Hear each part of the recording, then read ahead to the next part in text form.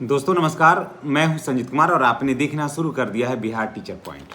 दोस्तों आज बात करेंगे कि 8वें वेतन आयोग का क्या अपडेट है, फीडबैक फैक्टर जो है 3.83 को लेकर के क्या समाचार है और मिनिमम जो सैलरी है, जो मूल वेतन है वो 69,000 करने का है प्रस्ताव। जैसा कि आप सबों को पता है कि 8वें वेतन आयोग को लेकर के भी बैठकों का दौर चल रहा है, यानी कि 28, 29 और 30 अप्रैल को बैठक होगा नहीं हो रहा है। और मैंने आपको कहा था कि आप जा कर के 8वें वेतन आयोग का जो वेबसाइट है उस पर जाकर के आप कमेंट डालिए कि आपको कितना चाहिए। आप 3.83% फीडबैक फैक्टर को डालिए, आप समझ गए, वहाँ पर कमेंट करिए ताकि अधिक से अधिक लोगों का कमेंट रहेगा तो उस पर सुझाव पर बात किया जाएगा। आज हम इस वीडियो के माध्यम से 8वें वेतन आयोग की पहली बैठक पूरी हुई, उसके बाद हम और जानकारी देंगे इस वीडियो के माध्यम से। फीडबैक फैक्टर 3.83 बढ़ करने की मांग है। न्यूनतम पेंशन जो है 69 करने का प्रस्ताव है। फैमिली यूनिट जो है वो 3 से बढ़ा करके 5 करने का प्रस्ताव है। इंक्रीजमेंट जो है 3 से लेकर के 7% की मांग है। नए भत्ते में वाईफाई और डाटा भी शामिल करने की चर्चा की गई है, क्योंकि ज़्यादातर अभी जो कर्मचारी हैं वो अपने डाटा से ही सब काम करते हैं ऑफिस का, तो कहा गया कि वाईफाई और डाटा का खर्चा आप दीजिए। तो देखिए पूरी खबर को हम आपको विस्तार से बताते हैं बहुत ही कम समय में। दिल्ली में 28, 29 और 30 अप्रैल को 8वें वेतन आयोग को लेकर के बैठकों का दौर चल रहा है।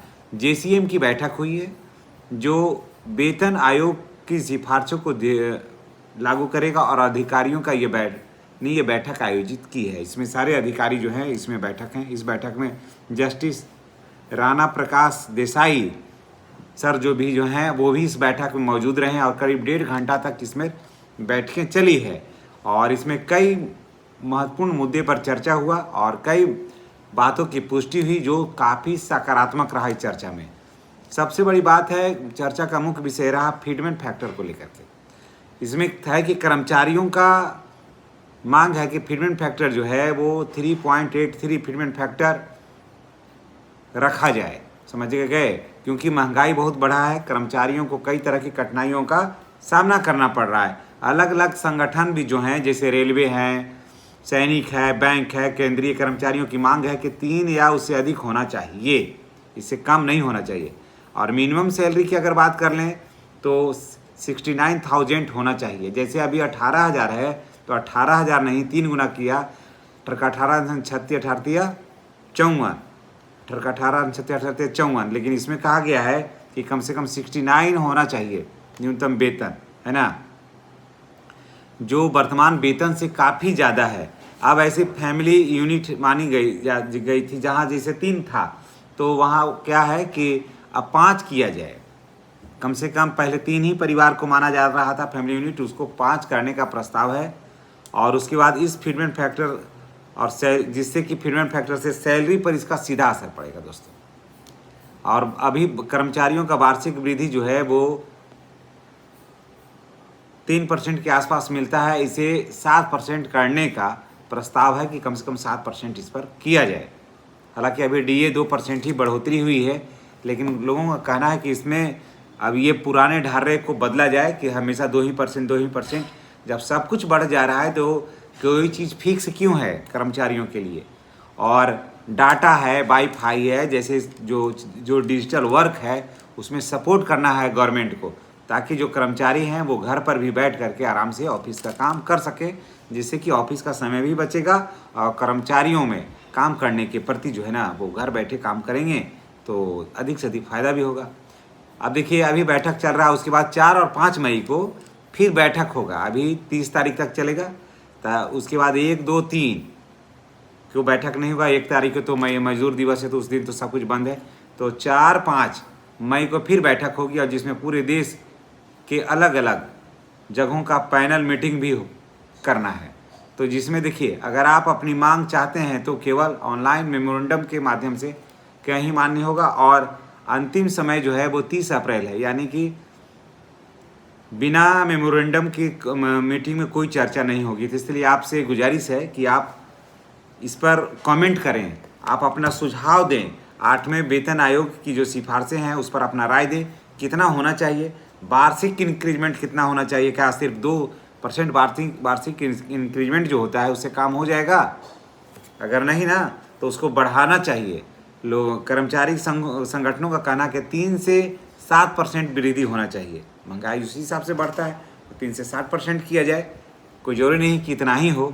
तो इस संबंध में आप जाकर के कमेंट करिए।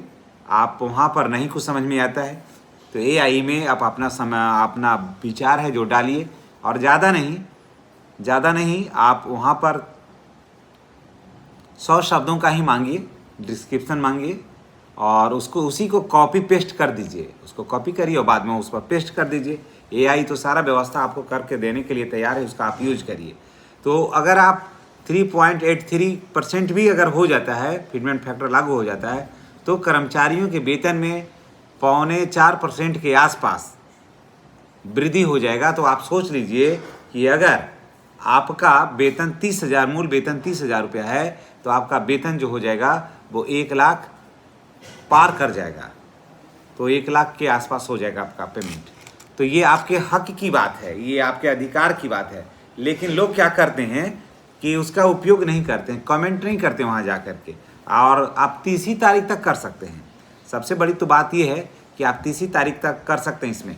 तो समय धीरे धीरे गुजर रहा है, इसलिए आज देखिए, आज है 29 तारीख है। आज पूरा रात दिन बचा हुआ है और कल 12 बजे रात तक ही आप कर सकते हैं। उसके बाद फिर आप इसमें नहीं कमेंट कर सकते हैं। फिर आप चाह करके भी, चाहे आप सरकार को लाख कोस लीजिए, कोई फ़ायदा आपको होने वाला नहीं है। अगर फ़ायदा वाकई चाहते हैं तो आप जाकर के मेमोरेंडम में अपना सुझाव आप दीजिए, और ताकि आपका सुझाव को मानते हुए, अब वहाँ जाता है 5,000 सुझाव, 3,000 सुझाव। बताइए, इतने बड़े पैमाने पर कर्मचारी हैं, 60 लाख कर्मचारी तो केंद्रीय कर्मचारी हैं, फिर पेंशनर हैं, तो लोग करते ही नहीं हैं, मात्र 3,000 करते हैं। तो 3,000 करता है तो वो तो सब जो कर्मचारी में का जो मेन लीडर है पूरे देश में वही करता है, बाकी तो लोग कोई करते नहीं है।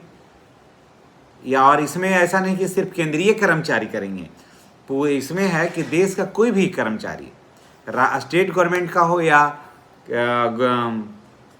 सेंट्रल गवर्नमेंट का हो, दोनों में से कोई भी कर्मचारी इस पर जाकर के कमेंट कर सकते हैं। तो मैं आपसे गुजारिश करूंगा कि आप इसमें कमेंट जाके करिए कि आपको फिटमेंट फैक्टर कितना होना चाहिए और क्यों होना चाहिए। आप अपनी समस्या को वहाँ अवश्य रखिए। चलिए, इसी के साथ हम आपसे विदा लेते हैं। नेक्स्ट वीडियो में हमारी और आपकी फिर मुलाकात होगी।